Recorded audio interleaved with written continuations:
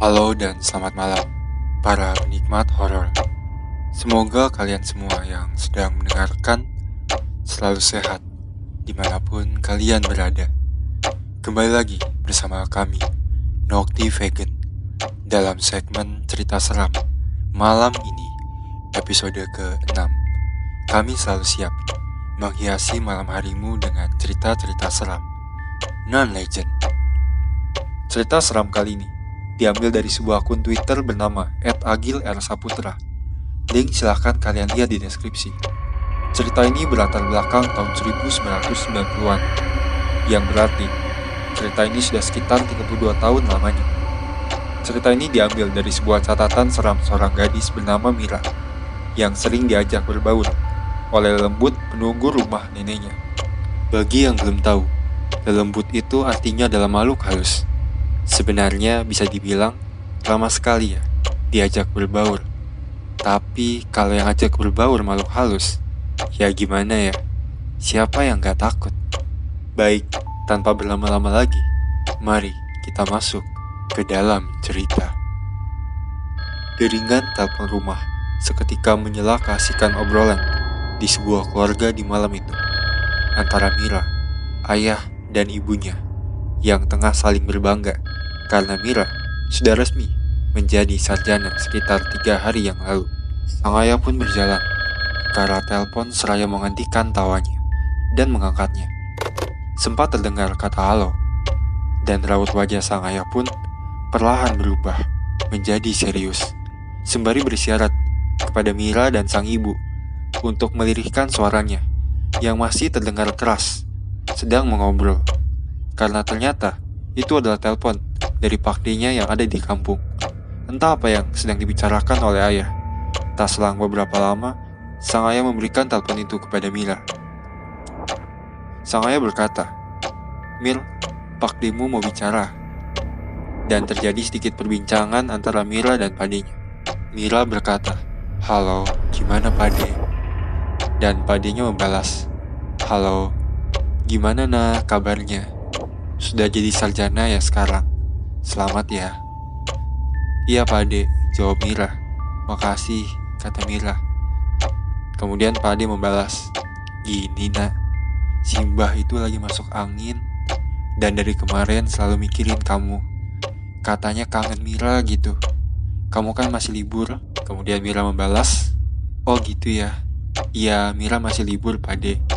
Kan Mira belum kerja, baru aja wisuda kemarin. Hehe, gimana emang?" Kemudian pade membalas, "Kamu bisa ke Semarang, jenguk Simbah. Kasian dari kemarin bilang kangen sama Mira. Mumpung masih banyak waktu luang, karena Mira juga belum bekerja. Baru lulus wisuda." Mira membalas, "Oh iya pade, kalau gitu Mira harus berangkat kapan?" Kemudian pade membalas, "Secepatnya kalau bisa ya." Mira pun mengiyakan dan berkata bahwa ia akan pergi 1 hari lagi.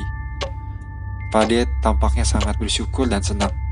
"Alhamdulillah, nanti tak sampaikan sama Simbah, biar dia senang.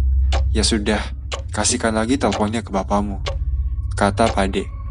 Begitulah percakapan Mira berakhir. Tak selang beberapa lama, pembicaraan antara ayah dan Pade di telepon pun berakhir. Di sini terlihat Mira yang menghela nafas panjang. Sang ayah tahu kalau Mira tak begitu suka jika harus menginap di rumah neneknya. Tapi di sisi lain, Mira juga kepikiran neneknya yang lagi sakit di kampung sana. "Gak apa-apa ya kak, tinggal di rumah Simbah bareng seminggu sampai sebulan. Kasian loh, Simbah sakit dan kangen sama kakak," kata sang ayah menenangkan Mira. Mira menjawab, "Aku takut ya sebenarnya. Rumah Simbah itu kan seram. Tapi gak apalah, demi Simbah yang lagi sakit." Kemudian ibu menimpali, "Iya kak, gak usah takut lah. Kamu itu dulu lahir di rumah itu loh. Hari-hari kakak aja dikubur di rumah Simbah kok. Jadi bisa dibilang Mira ini adalah cucu kesayangan dari Simbah.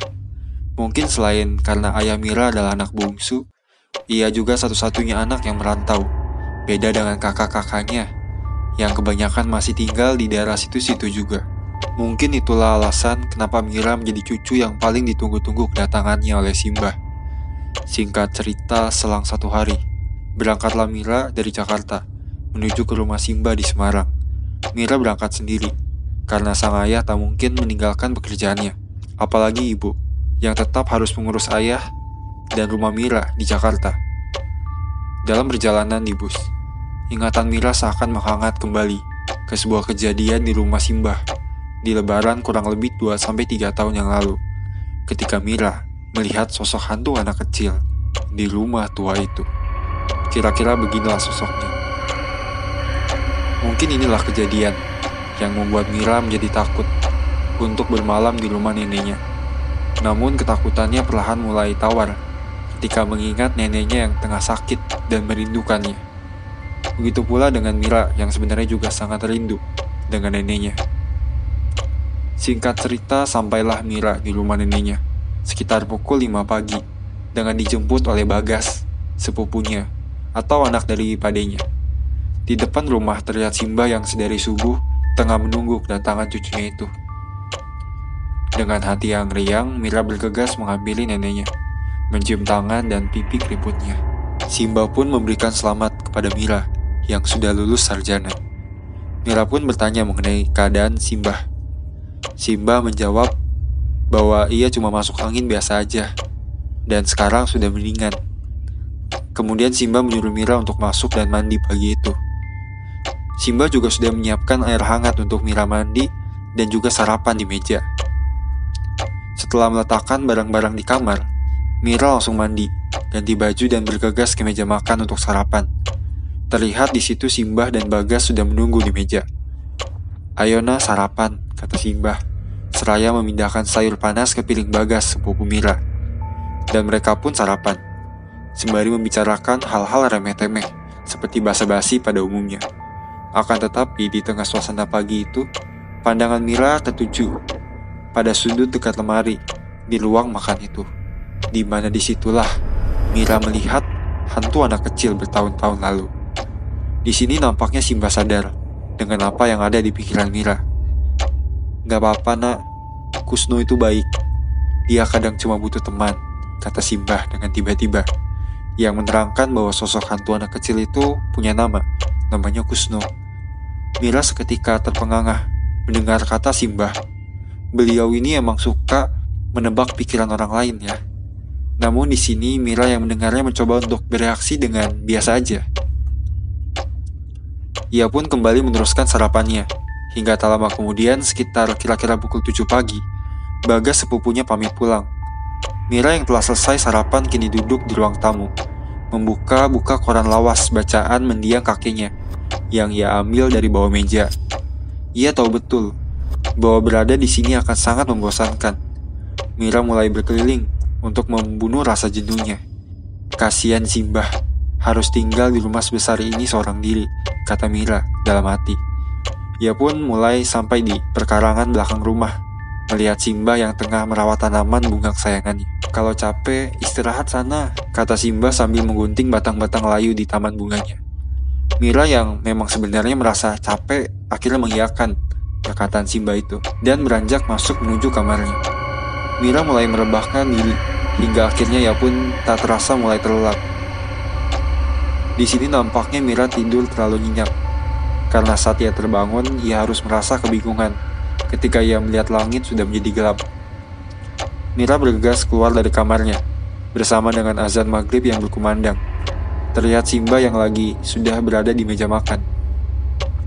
"Udah bangun. Tadi Simbah mau bangunin, tapi kayaknya kamu capek banget. Sana mandi dulu, air hangatnya sudah ada," kata Simbah menyuruh Mira mandi. Mira pun mulai berjalan menuju dapur, mengambil teko dan berjalan ke kamar mandi, yang letaknya jauh di ruang paling belakang. Sesampainya di kamar mandi, dengan muka bantal Mira pun menuangkan air panas ke dalam ember seraya menopangkan satu tangannya di tembok. Dan di sini, ekor matanya sempat melihat, seperti ada seseorang yang berjalan lewat depan pintu kamar mandi, yang memang setengahnya masih terbuka. Mira yang sempat menoleh dan memeriksa, akhirnya memilih untuk tak memperdulikannya, dan menganggap itu hanya perasaannya saja. ia pun mulai bersiap mandi.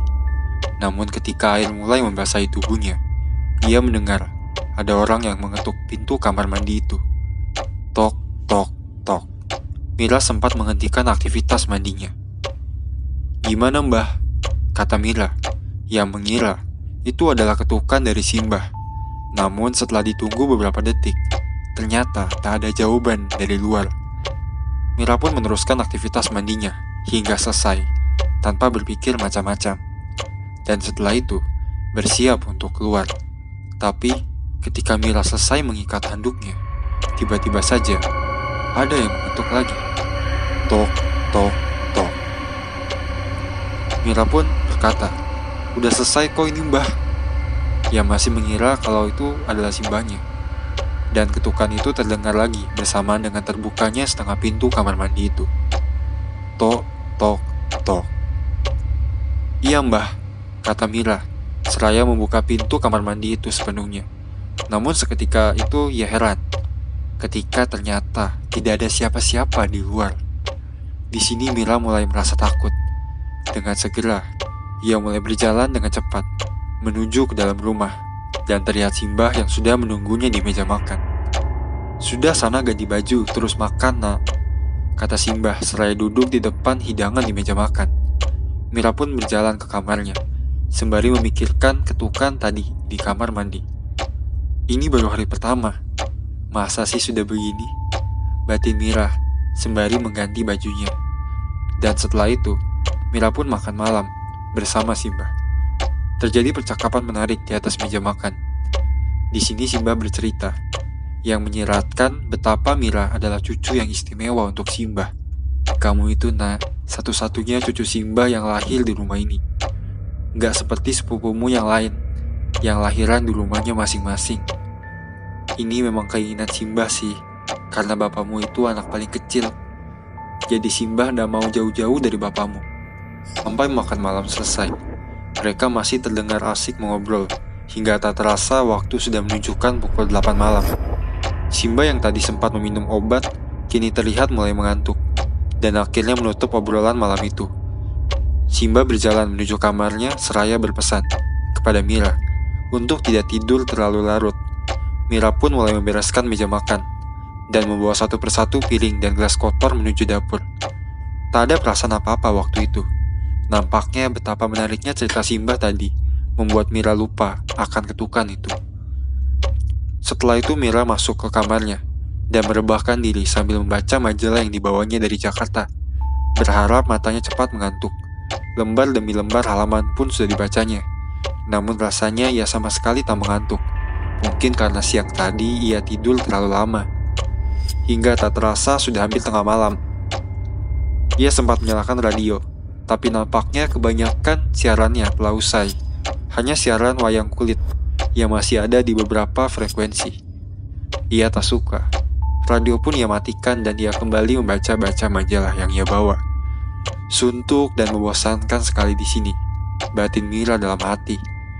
Dan beberapa saat kemudian, terdengar sayup-sayup suara sendok dan gelas yang beradu. Lebih tepatnya adalah suara orang yang tengah mengaduk minuman. "Wah, Simbah masih bangun nih," kata Mira. Kebetulan sekali saat itu ia ingin mengambil cemilan. Mira mulai keluar dari kamarnya, menuju ke meja makan, mengambil cemilan berikut dengan toplesnya seraya mengintip ke arah dapur. Dan di situ, memang terlihat Simbah tengah berdiri di dapur. Entah beliau ini sedang apa, Mira tak tahu pasti, karena posisinya membelakangi Mira. Mira pun berkata, "Belum tidur, Mbah?" tanya Mira kepada neneknya. Tapi Simbah diam-diam saja, bahkan terlihat tak bergerak dan seperti mematung di ruang dapur itu. Di sini Mira tak curiga apa-apa, dan memutuskan untuk duduk di meja makan, sembari memakan cemilannya, seraya menunggu Simbah selesai melakukan sesuatu di dapur. Namun setelah ditunggu-tunggu, Simbah tak kunjung kembali. Mira yang penasaran pun segera memeriksa ke dapur, dan di sana tidak ada siapa-siapa. Seketika Mira merinding di sekujur tubuhnya dan berlari menuju kamar Simbahnya. Dan benar saja, di situ terlihat Simbah yang masih tertidur dengan nyenyaknya. Lantas tadi itu siapa? Apakah aku salah lihat? Batin Mira yang kini mulai ketakutan. Ia pun bergegas masuk kamarnya, menutup pintu dan bersembunyi di balik selimutnya. Mira berdoa dalam hati, seraya telinganya mengamati keadaan sekitar yang hening itu. Dan tak selang berapa lama, sayup-sayup seperti terdengar suara tawa riuh yang berasal dari luar kamarnya. Mira membuka selimutnya untuk memastikan apakah suara itu benar-benar ada. Dahinya mengernyit sampai ia merubah posisinya menjadi setengah duduk. Dan memang benar, ada suara yang sepertinya adalah suara tawa dari dua orang anak kecil yang tengah bercanda. "Apalagi dia Tuhan," kata Mira dengan lirih. Tak henti batinnya terus berdoa hingga suara itu perlahan mulai menghilang. Mira mulai lega, tapi tidak dengan ketakutannya. Ia mencoba untuk tetap tenang dan kembali merebahkan tubuhnya dengan menghadapkan posisinya ke arah tembok. Di sini ia masih terus berdoa, namun bukannya semakin tenang. Hawa di kamar itu malah berubah menjadi panas, hingga keringat mulai memenuhi bagian kepalanya. Di sini perasaan mulai tak enak ketika ia merasa seperti ada seseorang yang ada di belakangnya. Mira pun bergumam dalam hati, "Ini cuma perasaanku saja. Ini cuma perasaanku saja. Ini cuma perasaanku saja." Mira terus menanamkan kata-kata itu dalam hatinya, seraya terus berdoa. Namun perasaannya justru semakin menguat. Kalau memang benar, ada seseorang yang ikut berbaring di belakangnya. Akhirnya Mira pun mengumpulkan keberanian untuk membalikkan badannya, berharap tidak ada siapa-siapa di balik badannya. Dengan perlahan, Mira pun mulai membalikkan posisi tidurnya. Dan setelah berbalik, betapa kagetnya Mira ketika ada seorang perempuan yang ikut tiduran di atas ranjangnya. Dan gini, wajah dari sosok itu dan wajah Mira saling berhadapan-hadapan. Wajahnya tak seram, namun sangat pucat. Sosok itu tersenyum kecil dan berkata, "Mbak Mira." Begini penampilan ilustrasi dari sosok tersebut. Mira hanya terdiam, tak bisa bergerak. Pandangannya pun tak bisa berpaling dari sosok itu. Ia mencoba untuk berteriak, namun tidak bisa. Dadanya seperti sesak. Sosok itu pun terus mengulangi kata-katanya yang sama, yaitu "Mbak Mira." Tak ada rasa yang bisa digambarkan oleh Mira selain ketakutan. Hingga akhirnya, sosok itu pun hilang bersama dengan ketukan di pintu kamarnya. Nafas Mira terengah-engah, sementara ia belum bisa menyambut ketukan di pintu kamarnya, berharap itu adalah ketukan dari Simbah. Namun ternyata tidak, karena dari balik pintu itu kembali terdengar kata, "Mbak Mira, Mbak Mira, Mbak Mira." Ternyata dari sosok itu lagi. Ya ampun, cukup membagongkan ya. Baru tenang, ternyata udah diteror lagi. Mira belum selesai dengan ketakutannya, tapi kini tubuhnya bisa digerakkan. Mira pun berteriak sekuat tenaga, "Diam," kata Mira. Dan suara ketukan dan orang yang memanggil namanya itu pun menghilang. Setelah itu Mira pun jongkok menelungkup di sudut ranjangnya, dengan pikirannya yang masih mencoba untuk mencerna perihal apa yang terjadi.